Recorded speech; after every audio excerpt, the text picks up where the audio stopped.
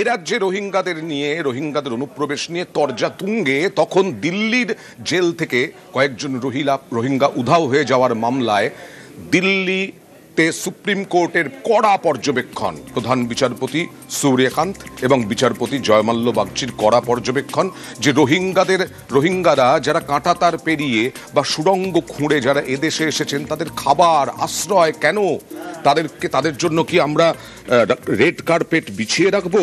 রোহিঙ্গাদের জন্য নির্দিষ্ট আইন তৈরির কথাও বলেন প্রধান বিচারপতি সূর্যকান্ত।